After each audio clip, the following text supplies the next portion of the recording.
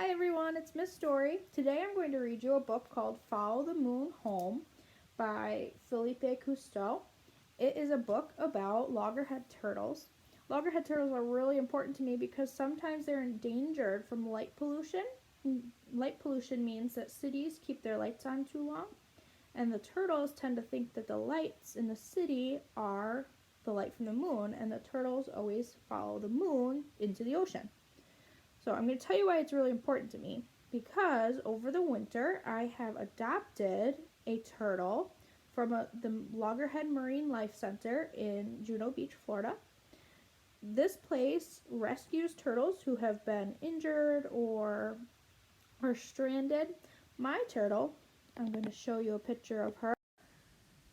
Let's see. This is my turtle. Her name is Jane. She arrived at the Loggerhead Marine Life Center on December 15th.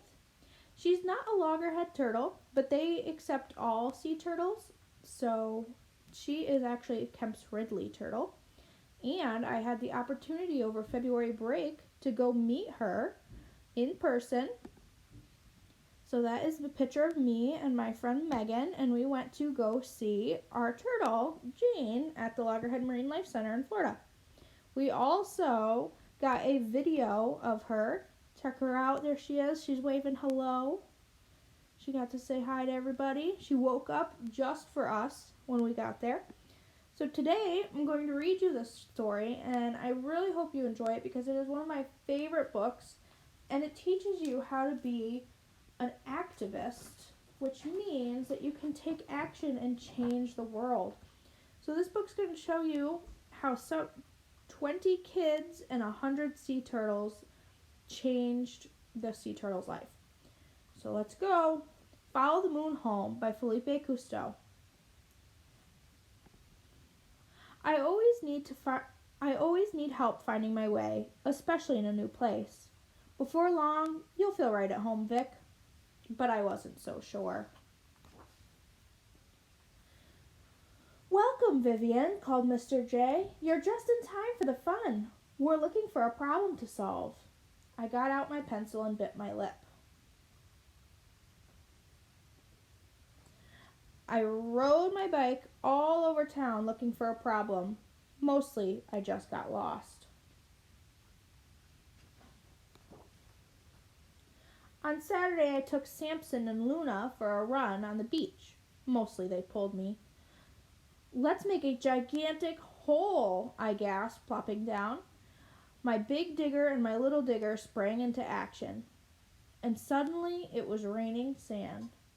Looks like fun, but be sure to fill that hole, said a man walking by. It's nesting season. I smoothed out the sand and we went to look. What do holes have to do with turtles?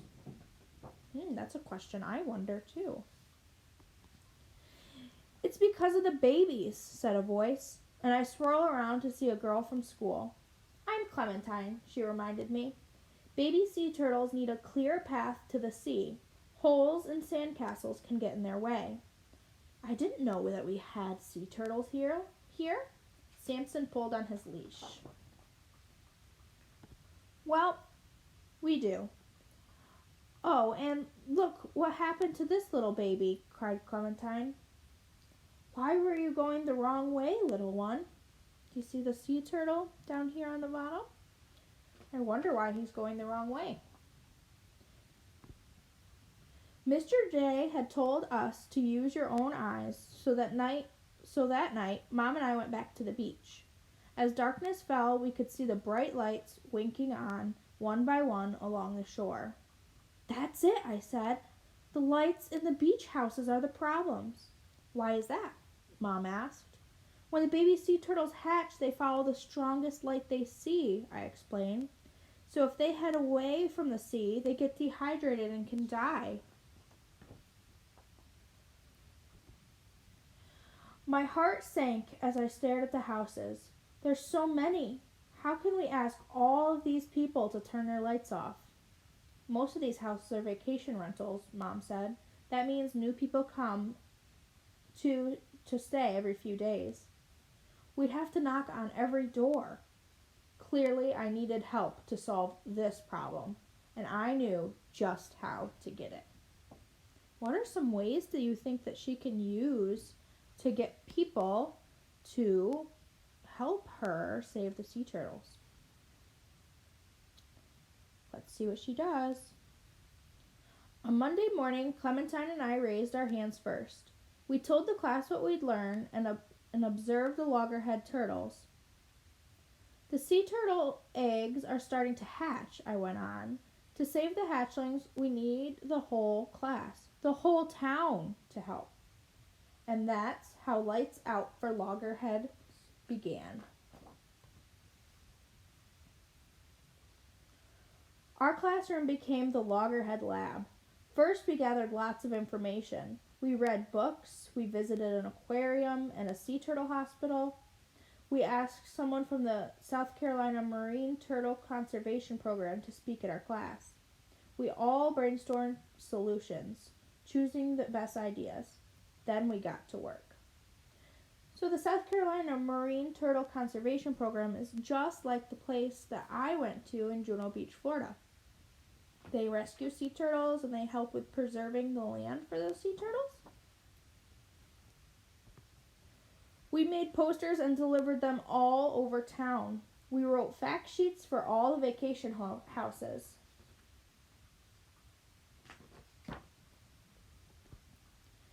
To pay for printing our flyers and posters, we held a bake sale. Andy, the coffee shop man, donated a whole pan of his great famous granola. Happy to help. The editor promised to put my article in the community newspaper.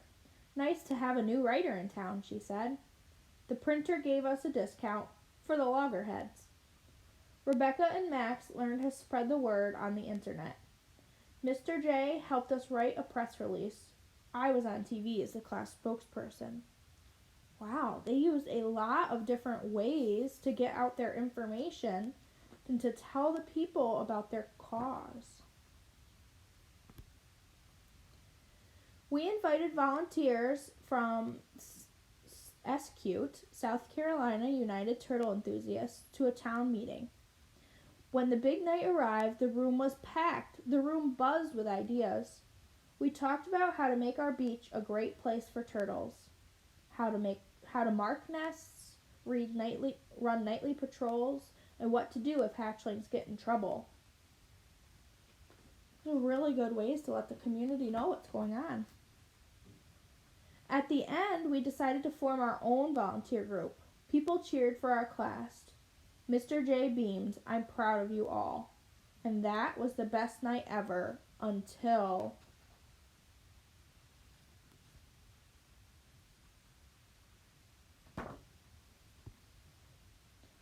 On the last evening of summer school, we went on a turtle patrol. Lots of parents came too.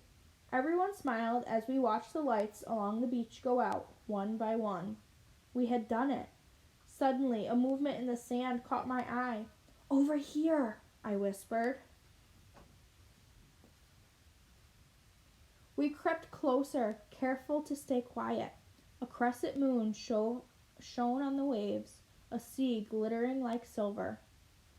I made out first one, then two hatchlings.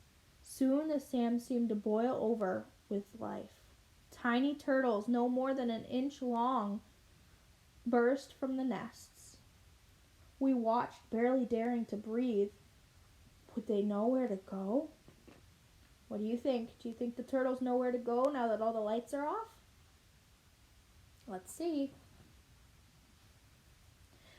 And then they were off, scurrying over the sand into the shimmering sea. They did know where to go. We stood together, smiling and silent with wonder. Then, just like the turtles, we followed the moon home. So that is a really cute story about how a class of students helped improve their community by making sure that the sea turtles had a safe place to go. So I'm going to read you the letter at the back of the book. And this letter tells you how you can take action like these students did. So, letter to young activists. When I was a little boy, I loved to go outside. My grandfather, Jacques Cousteau, was a famous explorer and always challenged me to go out and explore the world. One of my favorite things to do was visit the beach. My earliest memories of the beach is from a trip my mother took us on to Hawaii. Each day we would go down to the beach and explore the tidal pools. We would sit patiently at the edge of these shallow pools of water, not making a sound, and watch the small fish, crabs, sea anemones, and sometimes even an octopus would go about their business. It was a fascinating world to watch, and it instilled me with a love for the ocean. Those experiences as a young boy inspired me to explore and protect the oceans as my life's work. Many years later, I found myself walking along the beaches in Florida at a night filming of a TV show about the ocean. And right there before my eyes, I was able to watch baby sea turtles, first one, then dozens, crawl out of the sand and down towards the ocean. It was one of the most magical experiences of my life, and was one of the inspirations for the story in this book. If my grandfather taught me anything, it was to be curious, to ask questions, and to dream. Through my work, I get to meet kids every day who are curious. Kids around the world who care about the environment and who want to do something to protect it. Like Viv, they realize that they can't leave it up to the grown-ups to solve all the problems. They realize that they have to get up and do something themselves to change the world. And you know what? They do. I see kids protecting animals, changing laws, raising money, and more. Kids around the world do amazing things every day, and so can you. All you have to do is follow Viv's lead and take these 5 simple steps. First, explore your community. Look around and identify something that you care about. The world just looks different to kids than it does to adults. That's why ideas and solutions that come from you are so powerful, because you see the world differently and often find solutions that adults don't think to look of. And then develop a plan to fix whatever problem you've identified. Research it a little bit and think about people, places, and animals that are impacted by it, who might want to help you to do something about it. Maybe there are conservation groups in your area, or politicians who care about the environment, or a friend of the family who can help you out. Next, take action. There are several ways to do this. Maybe organize a community cleanup, or do research with the help of your teacher or mentor that adds data to politicians use to make better laws. Maybe you can raise money through a bake sale and get people to sign a petition. Then think back about what happened because of your work. Keep a notebook about who you talked to and what kinds of actions you took. What lessons you learned, what mistakes did you make, and how did you fix them? And after you've done it, tell your story. Maybe write an article for your school paper or post the story online. But whatever you do, make sure you tell the world about the great things you achieved so that you can inspire other kids to do the same. And remember, you're not alone. Great resources exist to help. My organization, Earth Echo International, is all about helping kids like you change the world. Visit their website at www.earthecho.org and find out how you can help.